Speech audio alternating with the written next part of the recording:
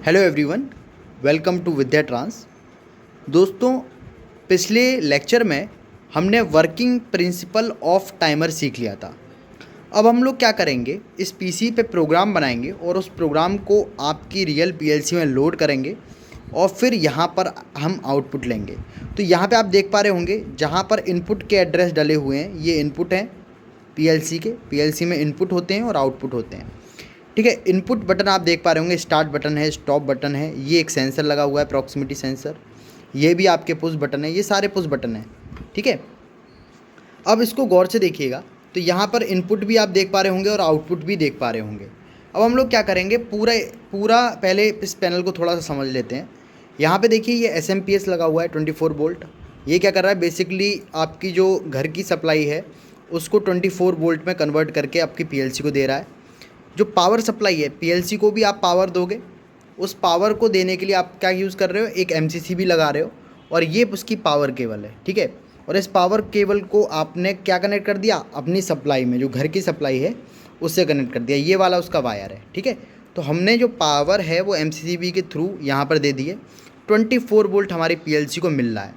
लेकिन आप देख पा रहे होंगे पीएलसी में अभी पावर शो नहीं कर रही है, क्योंकि अभी हमें एमसीसी भी हमने ऑफ़ कर रखी है। ठीक है, अब मैं क्या करता हूँ, इसको ऑन कर देता हूँ और ऑन करने के बाद इस पीएलसी को आपको कैसे इस पीसी के साथ कनेक्ट करना है वो मैं आपको बताऊँगा। ठीक है, तो हमने क्या किया, इस एमसीसीबी को ऑन कर दिया। यहाँ पे ऑन करने के बाद आप देख पा रहे होंगे यहाँ पर वैसे तो डिस्प्ले भी आती है, इसकी डिस्प्ले नहीं आ रही है, लेकिन कोई नहीं, हम यहाँ पे देख लिया हमने कि पावर इसको मिल रही है। ठीक है, उसके बाद इसमें एक रन का आपका बटन भी ऑन है। ठीक है, ओके, इतना हमने कर दिया। उसके बाद आप थोड़ा सा पीछे चलें पीएलसी में इधर की तरफ, तो आप देख पाएंगे यहाँ पर दो ऑप्शन है कनेक्शन के लिए। ठीक है, दो ऑप्शन आपको दिए गए हैं। एक तो आप ईथरनेट केबल के थ्रू कनेक्ट कर सकते हो, एक आपका RS-232 का आपका रहता है कि RS-232 केबल के थ्रू भी आप कनेक्ट कर सकते हो। यहाँ पे आप शायद पढ़ पा रहे होंगे। ठीक है, ये मैं आपको दिखाता हूँ। ठीक है, तो इस तरह से आपका है। अब इसमें मैंने क्या यूज़ किया, इसमें RS-232 ये वाली जो केबल है ये मैंने यूज़ की है। तो ये है हमारे पास केबल, मैं केबल आपको दिखा देता हूँ। तो ये केबल है। ठीक है, इस तरह से आपकी केबल आती है। और RS-232 केबल के साथ एक चीज़ और आती है जिसे कहते हैं हम लोग कनेक्टर। तो इस तरह का एक कनेक्टर आपको मिल जाएगा, जिसको आप क्या कर सकते हो, जिसको आप पीसी के साथ कनेक्ट कर सकते हो। तो यहाँ पे RS-232 को का जो एक हिस्सा है वो हमने वहाँ लगा दिया, दूसरे हिस्से को हमने कनेक्टर पे लगा के, कनेक्टर क्या है बेसिकली यूएसबी में चेंज कर रहा है, मतलब पीसी के साथ हमें कनेक्ट करने के लिए हिसाब बना रहा है हमारा। ठीक है, तो अब मैंने क्या किया, इसको मैं इस RS-232 में आपके सामने ही कनेक्ट कर देता हूँ। तो पहले देख लीजिए यहाँ पर ऊपर कितने पोर्ट हैं, आई होप आप देख पा रहे हो, ऊपर 3 है। तो यहाँ पे भी आप देख लीजिएगा, इसी तरह से आप लगाइएगा। तो हम इस तरह से अगर लगाएं, अब हमने ये केबल यहाँ पर देखिए कनेक्ट कर दिए और यहाँ पे आप देख लीजिए ये कनेक्टर के थ्रू कनेक्टेड है आपका पीसी से। ठीक है, एक बार फुल सेटअप आप लोग देख लीजिए। मैं थोड़ा चेयर पे खड़ा हो जाता हूँ। ओ माय होए। ठीक है, ये आप देख लीजिए, आपकी जो पीएलसी है ये आपकी सप्लाई से कनेक्टेड है और सप्लाई से कनेक्ट होके ये आपका पूरा सिस्टम कनेक्टेड है। ठीक है, अब हम चलेंगे कंप्यूटर स्क्रीन पर और इसका कम्युनिकेशन हमने कैसे सॉफ्टवेयर में बैठाया है वो हम सीखेंगे। ठीक है, एक बार मन भर के देख लीजिए। ठीक है, अब कंप्यूटर स्क्रीन पे चलते हैं। हेलो एवरीवन, अब हम लोग पीसी की स्क्रीन पे आ गए हैं और मैंने जो हमारी पीएलसी है उसको आपको दिखाया था कैसे मैंने यूएसबी से कनेक्ट कर रखी है। अब मैंने इसकी जो एमसीसी भी थी वो भी ऑन कर दी, तो पावर जो है वो अब पीएलसी को मिल गई है। ठीक है, अब सिंपली आपको क्या करना है, बस इस सॉफ्टवेयर पे जाइए। ये है आपका RS Logix 500। तो ये देखिए RS Logix 500 है। ये है आपका RS Linux Classic। इन दो सॉफ्टवेयर की ही आपको रिक्वायरमेंट पड़ती है। ठीक है, क्योंकि इमुलेट जो सॉफ्टवेयर होता है वो तब यूज़ होता है जब आपके पास रियल पीएलसी कनेक्टेड ना हो। इसके भी ट्यूटोरियल मैं आपको दे चुका हूँ कि किस तरह से आप सॉफ्टवेयर पर पीएलसी सीख सकते हो विदाउट एनी हार्डवेयर। लेकिन अब हमारे पास हार्डवेयर है और हार्डवेयर से हम लोग सेटिंग करना सीख रहे हैं। ठीक है, तो आप यहाँ पे जाइएगा और यहाँ पे जाने के बाद आप कम्युनिकेशन में जाइएगा, फिर कॉन्फ़िगर ड्राइवर कीजिएगा। ठीक है, कॉन्फ़िगर ड्राइवर करने के बाद आपको इस तरह की आपकी स्क्रीन मिल जाएगी। यहाँ पे आप जब इस एरो पे क्लिक करेंगे तो आपके पास कई सारे ऑप्शन हैं यहाँ पर, और आपको सिलेक्ट करना है RS-232DF1 डिवाइसेस।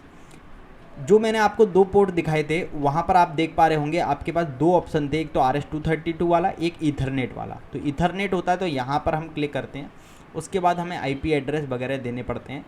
लेकिन अभी मैं आपको RS-232 से दिखा रहा हूँ, तो ये काफ़ी ईजी पड़ता है हमारे लिए। तो हमने इस पर क्लिक किया और ऐड न्यू किया।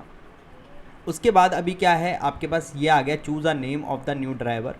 आपने ओके कर दिया। ओके करने के बाद यहाँ पर ये आपसे कम्युनिकेशन पोर्ट मांगेगा। ठीक है, ये आपको कहाँ से देना है मैं बताता हूँ आपको।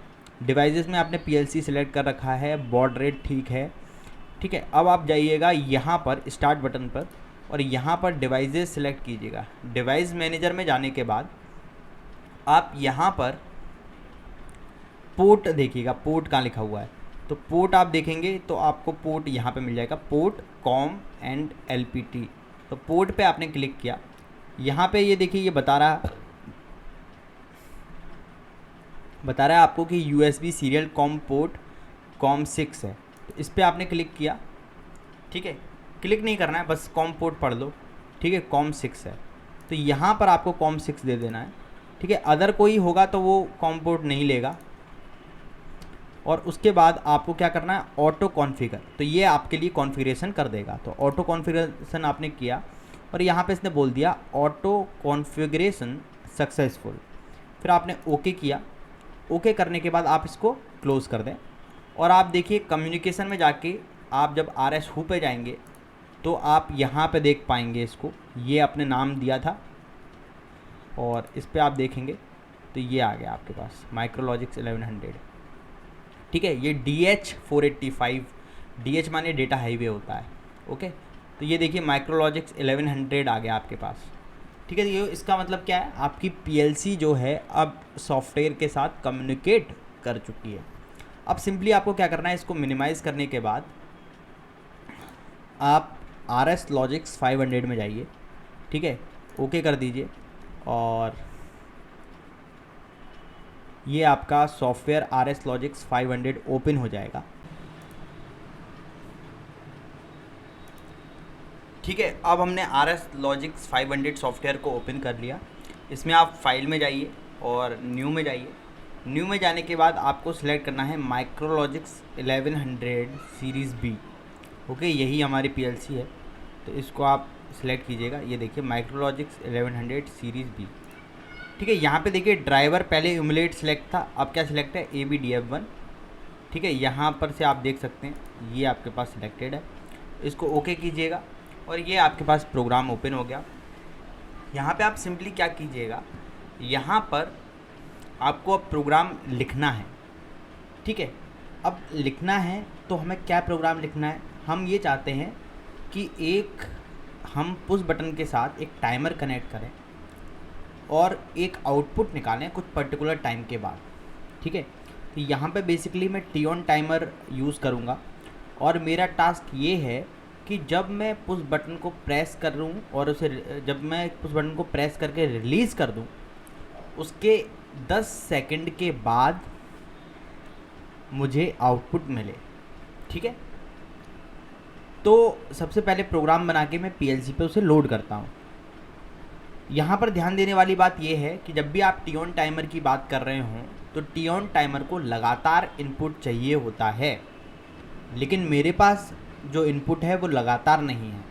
मेरे पास जो इनपुट है वो कैसा है, पुश बटन है।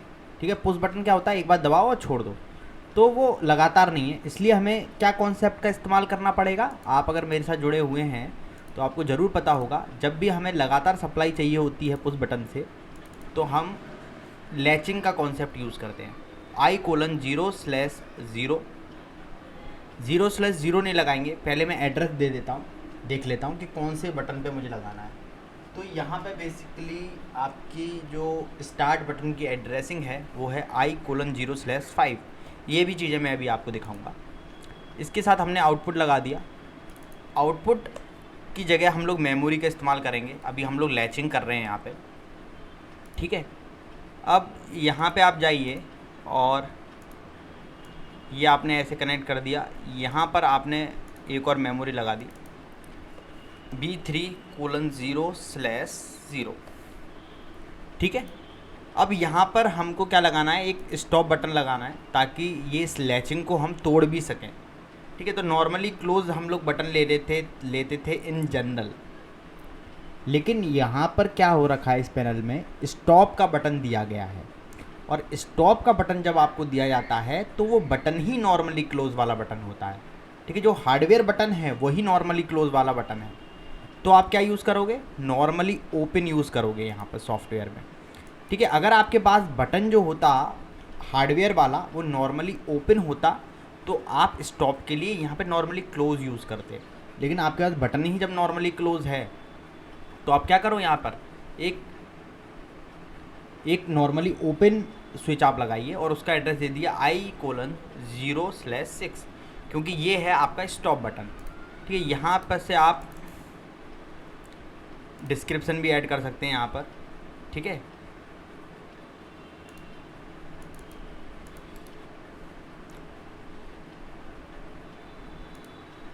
यहाँ से आप एडिट सिंबल कर सकते हैं। यहाँ पे आप डिस्क्रिप्शन में डाल सकते हैं, जैसे ये स्टार्ट बटन है मेरा, ठीक है, स्टार्ट बटन, ठीक है। ये आपका क्या है, स्टॉप बटन,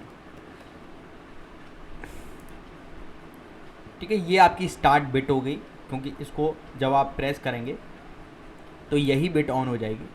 तो आप स्टार्ट बिट, ठीक है। तो ये एक तरीका होता है प्रोग्रामिंग करने का, इस तरह से ही करनी चाहिए।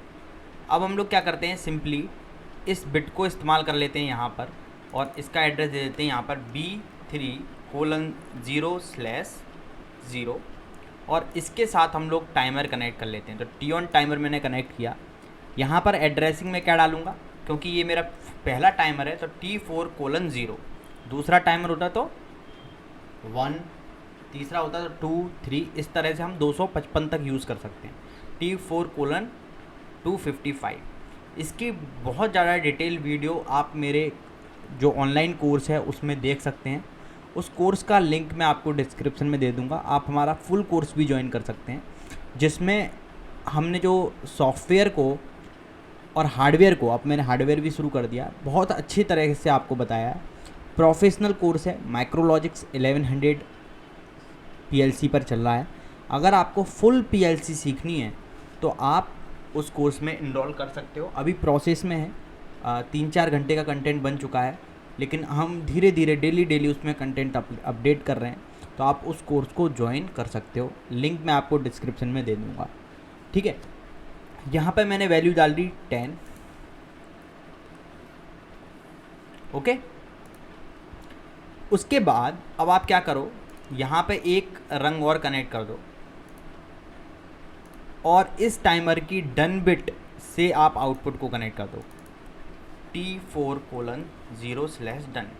डन बिट का मतलब क्या होता है, जब ये टाइमर काउंटिंग पूरी कर लेगा तो इसकी डन बिट आपकी ऑन हो जाएगी, और जब ये डन बिट ऑन हो जाएगी तो आपका आउटपुट ऑन हो जाएगा, ठीक है। टी ऑन टाइमर का काम ये है किसी पर्टिकुलर टाइम के बाद आउटपुट को ऑन कराना। तो मैं आउटपुट का एड्रेस देख लेता हूँ कि क्या दे दूँ। तो ये मैंने एड्रेस दे दिया, ठीक है। तो अब बेसिकली हमने क्या किया, टी ऑन टाइमर को सप्लाई दे दी।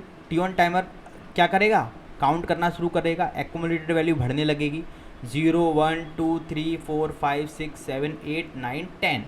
जैसे ही accumulated value equal to preset value हो जाएगी, टी ऑन टाइमर की जो डन बिट है वो ऑन हो जाएगी और आपके आउटपुट को ऑन कर देगी, ठीक है।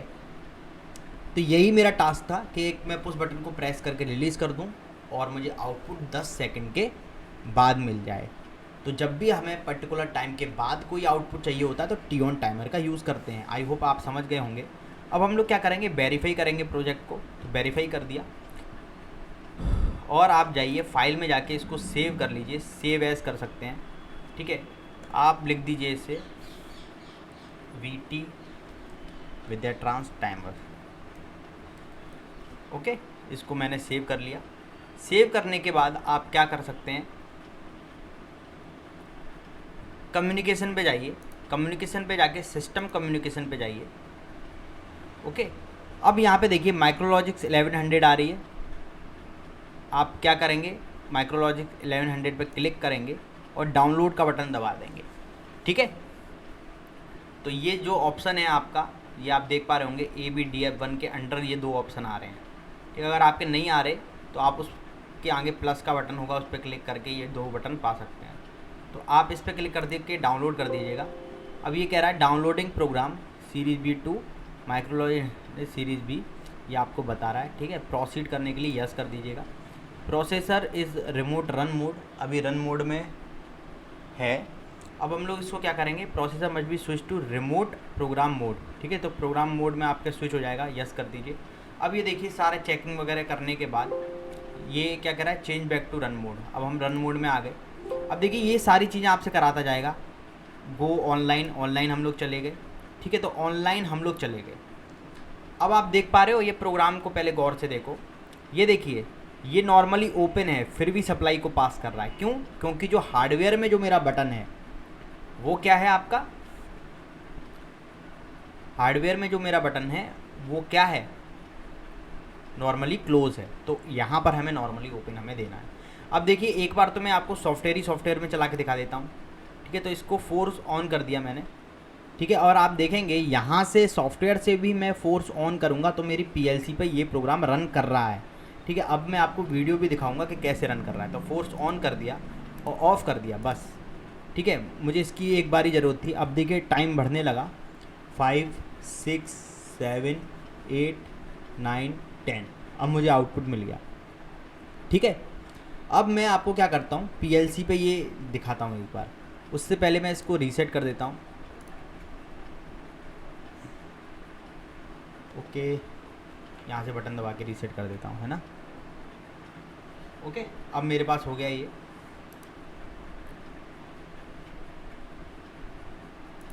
अब देखिए, अब मैं आपको रियल PLC की तरफ लेके चलता हूँ और आपको ये प्रोग्राम चलता हुआ हार्डवेयर पे दिखाता हूँ।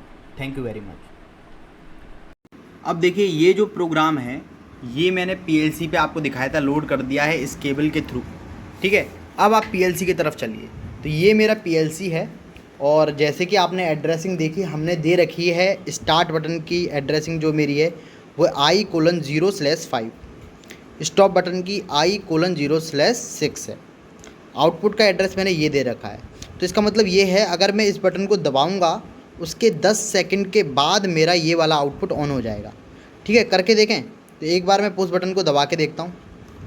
दबा दिया। अब 1 2 3 4 5 6 7 8 9 10।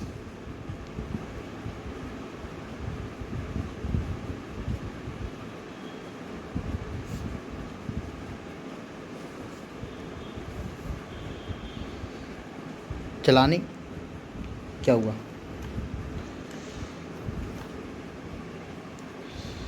एक बार देखते हैं, एक बार फिर से प्रोग्राम देखते हैं। यहाँ पे हमने क्या कर रखा है, ये जो है ये आपका फोर्स ऑफ कर रखा है। ठीक है, इसको फोर्स ऑफ है ये। और अब आपका देखते हैं कि चलता है या नहीं। ठीक है, लेकिन ये प्रोग्राम से क्यों चल रहा है, इस बटन से काम क्यों नहीं कर रहा है, ये भी देखने वाली बात है। ठीक है, तो एक बात कुछ चीज़ें देख लेते हैं हम लोग, यहाँ पे ट्रिबल शूट कर लेते हैं थोड़ा सा। तो यहाँ पर मैं क्या करता हूँ, फिर से इसको फोर्स ऑन करके ऑफ करता हूँ। ठीक है, रिमूव फोर्स। ठीक है, तो आप लोग रिमूव फोर्स कीजिएगा। तो रिमूव फोर्स करते हैं हम लोग इस पर। ठीक है, अब ये चलेगा। ठीक है, रिमूव फोर्स करिएगा, फोर्स ऑन ऑफ कुछ नहीं, रिमूव फोर्स। हमने इस पर से फोर्स हटा दिया। इस सॉफ्टवेयर से अब हमने कंट्रोल हटा दिया PLC पे। ठीक है, अब देखिएगा, अब हम लोग फिर से करते हैं वही काम।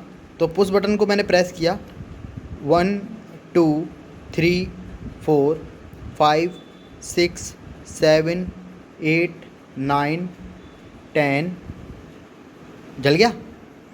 ठीक है, तो ये बेसिकली आपका टी ऑन टाइमर का प्रोग्राम बन गया।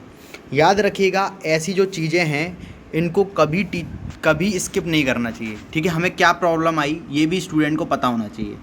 ठीक है, तो हमेशा हमें रिमूव फोर्स करना है। अब देखिएगा, मैं स्टॉप बटन दबाऊंगा तो ये पीएलसी पर आउटपुट आना बंद हो जाएगा। ठीक है, तो इसको मैंने फोर्स स्टॉप बटन दबाया, ऑफ हो गया। अब फिर से आप बटन दबाइएगा तो फिर से 10 सेकंड के बाद ये ऑन हो जाएगी। यहाँ पे आप देख पा रहे होंगे पीसी में भी टाइमर चल रहा है लगातार, देखिए। ठीक है, ओके, और यहाँ पे आपको आउटपुट मिल गया। अब एक चीज़ और दिखाता हूँ मैं आपको, इसको बंद कर देते हैं पूरी तरह से।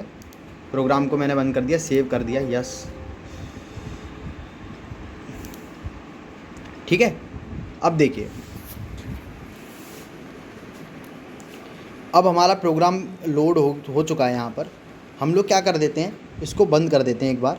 तो पहले स्टॉप कर देता हूँ मैं और एमसीसीबी को बंद करके, ठीक है, ये मेरी पीएलसी देखो बंद हो गई है। और इसकी केबल निकाल लो यहाँ से। ठीक है, कंप्यूटर से इसका कनेक्शन हटा दो। ठीक है, कम्युनिकेशन हमने हटा दिया। ठीक है, पूरा कम्युनिकेशन हटा दिया यहाँ से। ठीक है, अब देखिए ये इंडिपेंडेंट बन गई। अब इसका कोई पीसी के साथ कोई लेना देना तो नहीं है। यहाँ से हम इसका ये पोर्ट हटा देते हैं। अब देखिए ये इंडिपेंडेंट सिस्टम है। ठीक है, तो ऐसे ही आप प्रोग्राम लोड कर देते हो और उसे कंप्यूटर से बिल्कुल अलग कर देते हो। अब मैं एमसीसीबी ऑन करता हूँ। ठीक है, अब देखिए क्या ये इंडिपेंडेंट सिस्टम भी वर्क कर रहा है पूरी तरह से। देखिए पावर ऑन हो गई। ठीक है, अब देखते हैं, इसको हम रन कराते हैं। ठीक है, जस्ट मैंने बटन दबाया, 3 4 5 6 7 8 9 10 चल गया। ठीक है, अब ये बिल्कुल पीसी से देखिए आपका कोई कनेक्शन नहीं है और ये पीएलसी इंडिपेंडेंट काम कर रही है। ठीक है, अब आप स्टॉप बटन दबाएंगे, स्टॉप हो गया। ठीक है, अब यहाँ पर कितनी पॉसिबिलिटी हैं, आप हज़ारों तरीके के प्रोग्राम बना सकते हो। ट्रैफिक लाइट में हम इसका इस्तेमाल कर सकते हैं। मान लीजिए यहाँ पर मैंने कास्केडिंग ऑफ टाइमर का कॉन्सेप्ट यूज़ करके 3 लाइटें ऐसी लगा दी कि वो एक के बाद एक जलती जा रही हैं। आपने स्टार्ट बटन दबाया, अब रेड ग्रीन येलो जो भी है अपने सीक्वेंस में जलती जा रही हैं। तो कई सारे एग्जाम्पल हैं जहाँ भी टाइम का यूज़ है वहाँ आप टाइमर का यूज़ कर सकते हो। आई होप ये लेक्चर आपको पसंद आया होगा। नीचे डिस्क्रिप्शन में मैं आपको व्हाट्सअप ग्रुप की लिंक दे दूँगा और अपने नए कोर्स की लिंक दे दूँगा, तो वो आप ज्वाइन कर सकते हो। ठीक है, वहाँ पर एक कोड डालेंगे तो आज आपको 20% ऑफ मिल जाएगा। वो भी आप ऑफ़र का भी लाभ उठा सकते हैं। ठीक है, मुझसे बात करने के लिए मैं आपको व्हाट्सअप लिंक दे दूंगा, उसके थ्रू आप मुझे से भी बात कर सकते हैं, मैसेज कर सकते हैं। अगर कोई भी डाउट है तो आप मुझसे पूछ सकते हैं।